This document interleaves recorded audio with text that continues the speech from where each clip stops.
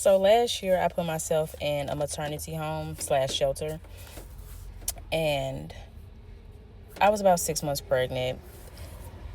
At that time, I realized I am the problem. Nobody's about to save me but me. Like, I thought I hit rock bottom before, but that was a different type, for sure.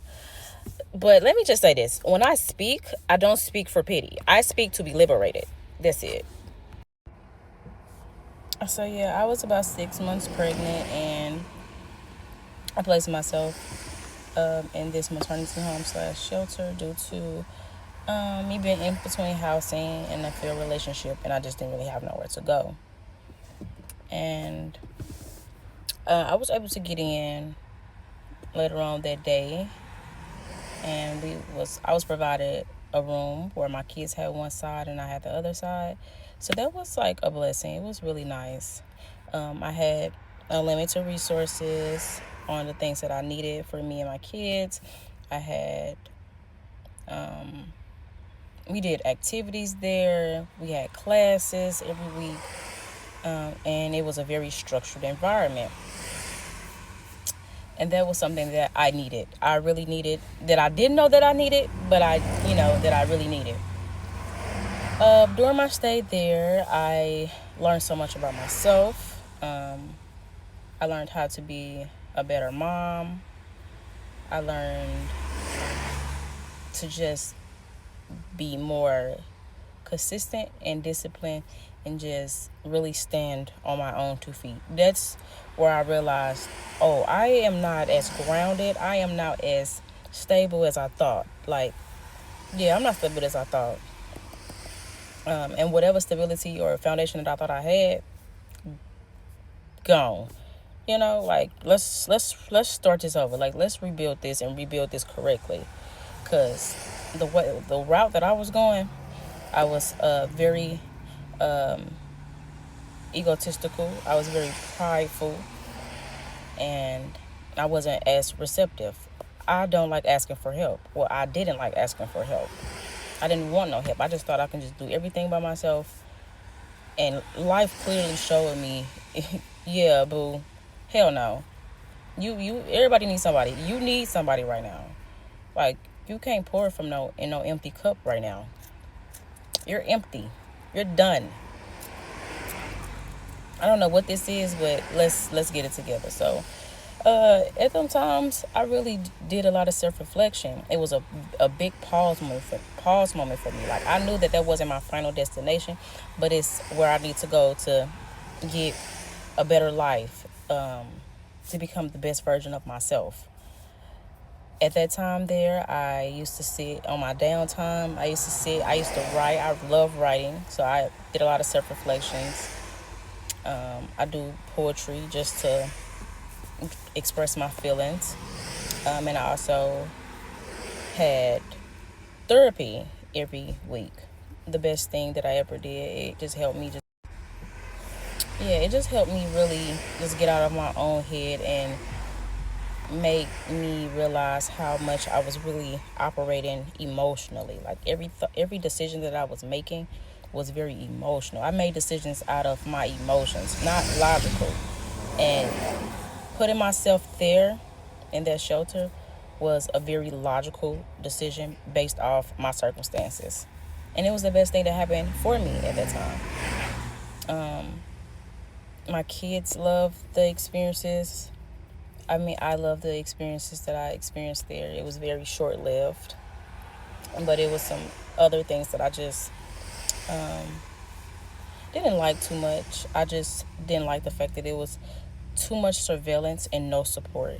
Like, we're already down in this environment. Like, we're already like beating ourselves up in this place. We're in a shelter, and we don't have nobody like us, me and the other girls there, and I just didn't like the feeling of just being kicked while you're down, by some of the staff. But that was that.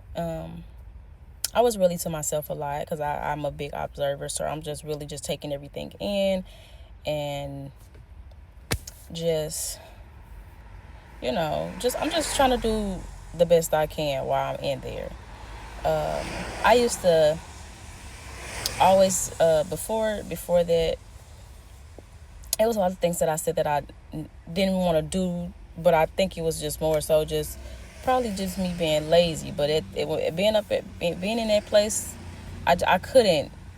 It wasn't a, oh, I can't this, I can't that. Like, I was getting up every day, walking my kids to this shelter, not the shelter, my bad, the daycare, their daycare, every day. And it's something that I'm like, no, I'm gonna find a ride. Or if I didn't have if I didn't have a way, I'm finding a ride.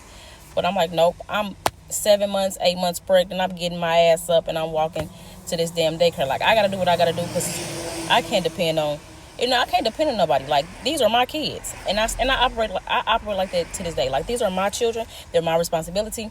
I'm going to do what I have to do. That's just that. Like, that's common sense. So yeah, I'm just minding my business. I'm getting up at the times I'm supposed to get up, taking my kids to their daycare. I'm handling what I need to handle. But also preparing my body so I can have my baby. So that was something that I was doing every day. And then once I had my baby, because I left a month after I had my baby. But once I had that baby, like, postpartum hit me so heavy after I had my baby. I don't know if it's because I'm in this shelter where I have nobody. Like, I'm not surrounded by nobody. Like, it's just me and my kids. I don't have any family. I don't have anyone to talk to. Just having that support. I don't have the support that I wish I could have. But that was another thing that I would just have to take on a chin. Like, it is what it is. One day I'll get that. Like, I can handle everything on my own. Like, I'm straight. I think I'd be more so looking for moral support. Like, other than that, like, I get up and handle every damn thing. I just be wanting somebody in my corner, like, to just, I don't know. I just be wishing I had more of that. I didn't have that at the shelter. And that's fine. It was people there that were, that wanted to help and things of that nature, and that were trying to. And I appreciate those people that were there, being a listening ear and supporting, and supporting me and my children. But it was others that were just like, what are you here for? Like, just not genuine at all. But hey. But yeah, so had the baby, postpartum hitting me crazy. I'm talking about, I'm crying every day. Literally, I'm crying. Like, I just felt so alone. Like, I couldn't eat, and I was breastfeeding my baby, but I couldn't keep the right nutritions and the things that I needed to support my body to feed my baby. And that was just making me feel even more like, Lord, what am I doing? I can't do this. So I was just feeling bad about that. But I did my best. I didn't give up. I just kept trying. I kept trying. I was just trying to hold out there. I was trying to hold out. And I held out for a month, and I left, because it was just placed on my heart to just get up and I have to leave. So I went back with my sister, and there was support where I could just be able to just get back to myself. I need to find myself again. Like, I don't want. Yeah, so I left in June and went back to my sister's house, and yeah, I just was able to kind of just, I felt more alive, like, I didn't feel so, like, ashamed of myself anymore. Like, I took my lessons on the chin. Like, I really processed what was going on in my life. Like, I wasn't just on autopilot and going through the motions no more. I really I checked myself. So I was able to, like, really just have more of a tunnel vision on what I needed to do and where I was at in my life. So I got out, and I'm just getting the support that I needed from my family. I'm back around my family, and I'm just blooming, at the time. And just, I just stopped hiding myself. Like, I was hiding behind a bunch of dark clothes. So I'm like, okay, I need to change my wardrobe up. I need some lighter shit up in here. Something. I got to shake this shit this feeling I'm feeling. I gotta shake it.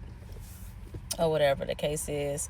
So I'm out, staying with my sister, just doing that and just living at this point. And just, I started back working, and I just started to just get in motion um to build the stability that I needed for me and my kids. But I'm saying all this to say that situation, like, it, when I got in a situation, it had me down. I was down, I was ashamed, and I just really thought that was like the end of it for me. That was that. But in actuality, it was my pause. It was my pit stop for me to realize that it's a community out there for you. It's some people out there for you. It's somebody for you. It's okay to receive help. I was also told, and something that stuck with me, is the fact that your no out of pride may block somebody else's blessing because they help you, because they was called to help you. Like, don't be so prideful. It's okay. It's okay to receive help. So that's what led me here, to really, like, rebuild my life and create a stronger foundation of stability for myself, and whatever comes with it after that will be solid and a plus for me. But yeah, that was my experience staying at the shelter.